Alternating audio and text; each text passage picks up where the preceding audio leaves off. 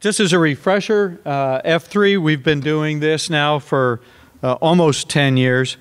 And I think everybody here is aware of the problem we have with forage fish supplies, fish meal, fish oil, krill. About a third of all the world fisheries are focused on forage fish and krill. And they sustain an important part of commercial fisheries, the forage fishes. They also feed most of our farm fish and crustaceans, which now are supplying more than half of all the seafood that we consume around the world. And as these forage fisheries are overfished in many cases, if we don't have more technical innovations and more feed companies and farms that are looking at alternative ingredients, aquaculture is really going to run into a roadblock. And we're going to have to cut back production. We need to get these alternative ingredients in there, or we're going to have a real nutrition problem for seafood around the world. And in our last meeting, we asked many of you to brainstorm about what would occur if these forage fishes continue on the path that we've seen. And we've seen from our studies as well as other peer-reviewed type things, we're likely to see more starvation, a lot of disease problems, and we may even have people fighting over these last supplies of fish. But we've got to work on this. We've got to be concerned about where the fish are going to be going.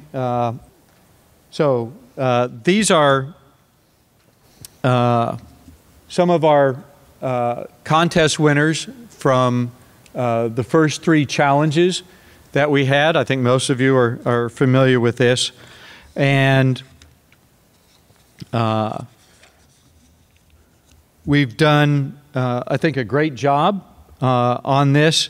We're going to need to double our seafood supply by 2050. By virtually everybody's comments, we're going to have to double what we get from the ocean. We're not going to get it from wild caught, so it's all going to have to come from aquaculture. And with the problems that we've had with the Peruvian anchovy catch last year, had to close down the entire industry for part of the year. Fish oil supplies ran out, prices skyrocketed, and so this is a serious problem globally. Those of you who followed also saw the problems of fish meal in Africa as the prices there went so high, overfishing there, affecting local populations. And so this is kind of a warning system, or warning signal, if you will. We've really got to get going on this, and so we have a lot at stake. We've got to change the future, got to save these forage fisheries. We've got to save the companies that are dependent on that, and the entire marine ecosystem that's so dependent on these forage fishes and krill. And one of the Silicon Valley venture capitalists has said, never let a crisis go to waste. Where there are great crises, there are also great opportunities. And so we think this is where we need to go. And I'm very pleased to see that we have several of our past winners who are here joining us today. When we first started the F3 about 10 years ago at a World Aquaculture meeting in Jeju in Korea, we had this idea that we really needed to incentivize the aquafeed industry to accelerate the alternatives to wild catch. And so the idea came up to do a series of sales-driven challenges. We started the F3 challenge to reward the company that sold the most fish-free feed. A Chinese company, Guangdong Evergreen, won that challenge, and we received so much positive feedback from that and continue to hear from Evergreen, that we decided to hold another contest. And there we knew that there was a major bottleneck for replacing wildcats was fish oil. And so we needed the substitutes there. We held the challenge, and we upped the stakes again. Were able to get some more money into the prize there, and were able to have a very successful contest that Verimaris won that. And so then we had a third contest centered on carnivorous fishes, and there we had a couple different or 3 different winners for the 3 different categories that we had there. And so now we're looking at attractants. We know that a lot of people are using krill in their aqua feeds, but there's concerns of overfishing krill, the price increases there, and so we're looking at that as our next challenge. Some other background for those of you who aren't really familiar with all that we've been doing. In the middle of these contests, we realized we really need to do some more in addition to holding the contest. And that to accomplish that, we needed to get more funding, we need to get more access to markets. And so during the networking that we did in these meetings, we brought together feed companies, investors, the farmers at our first meeting in January of 2017. During COVID, obviously we weren't going to be having any meetings, so we hosted a whole series of monthly webinars. And these reached over 30,000 people, which we were thrilled to have that much interest in these webinars. And so now we've been able to get back together, our third meeting here, and so we're really pleased to have all of you join us. At this meeting, we're really trying to get an idea of what the status is of where we are on these alternative ingredients, make more opportunities to network, which was so successful in our first 2 meetings, and to figure out what we need to do to future-proof our ecosystems, aquaculture as an industry, and seafood. So the schedule for this meeting, first we're going to hear from investors, then we're going to hear from the contestants in our current krill replacement challenge, who are going to showcase the ingredients that they're using to replace krill in aqua feeds. Then we're going to showcase some examples of solutions, success stories in scaling up this type of transformative activity. And so one of those people who've been doing this is Jennifer Holmgren from LanzaTech. She's done wonderful things with that company we're going to hear about. The next day we're going to get a status on feed companies and farms, all representing major sectors of consumption of fish meal, fish oil. We hear from some NGOs on how to measure sustainability, and then we're going to hear from some retailers.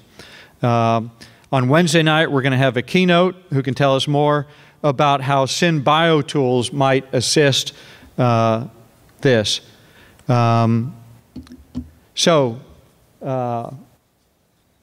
As we've heard, where there's progress, there's urgency, and there's hope. So we're excited over the next couple days to hear about that progress, network, roll up our sleeves in some brainstorming sessions to outline the work that we as a group need to do. First, we're going to discuss some of the milestones that we needed to achieve success and identify the accelerators to get them there, with the expert guidance from a professor from Stanford, Bani Banerjee, who's specialized in this, looking at exponential progress and to get us to zero so our feeds and farms are future-proofed. The theme for this year's meeting is Superheroes Save the World, because every one of you is a superhero for advancing the latest innovations that can lead us to a world of better food security and a world with enhanced planetary integrity. Want to thank our sponsors here. We've been thrilled. University of Arizona, my boss, the Dean of Agriculture and Environmental Sciences, is here. He's been very supportive of all that we've been doing for many years now.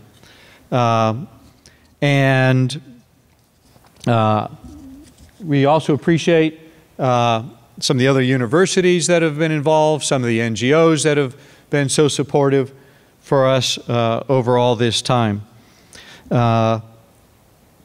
Another thing that you saw just as we were coming in, at the beginning of this session and at some of the other sessions, you're going to be treated to some short videos that were made with the assistance of artificial intelligence.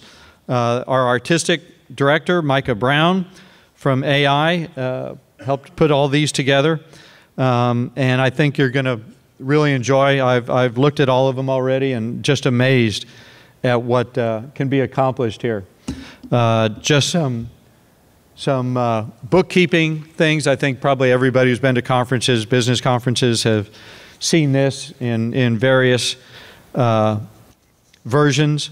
And I think everybody has signed off on this, on their applications. Just some other notes here about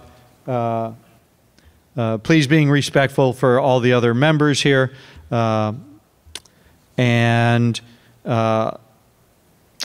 Please use the app. We've got the conference app downloaded if you haven't already. If you need any assistance, people out at the front registration desk are here to help and keep you up to date on the schedule, which will be posted on monitors all around.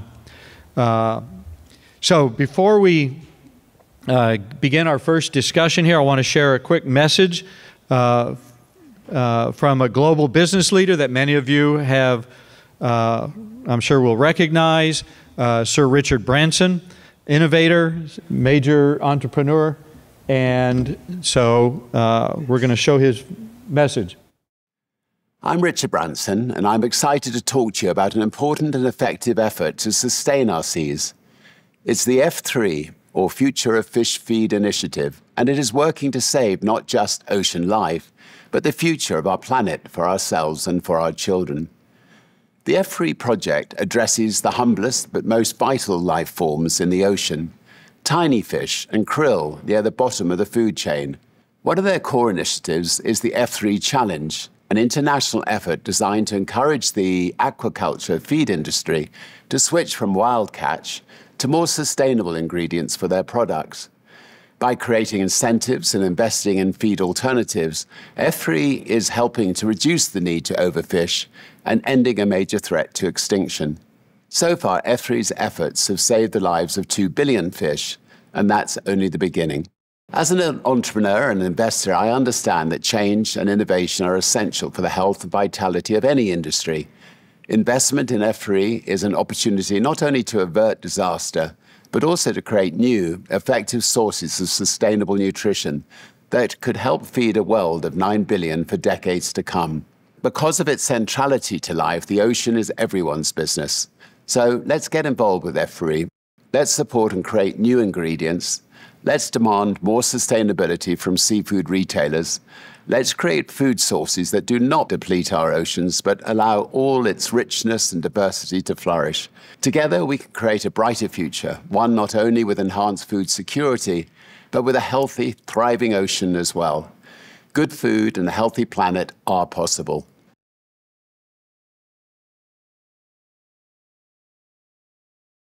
All right. So we really appreciate Sir Richard doing that for us, and he's been a big supporter of ours. So we all know how large this problem is and how it's going to affect us.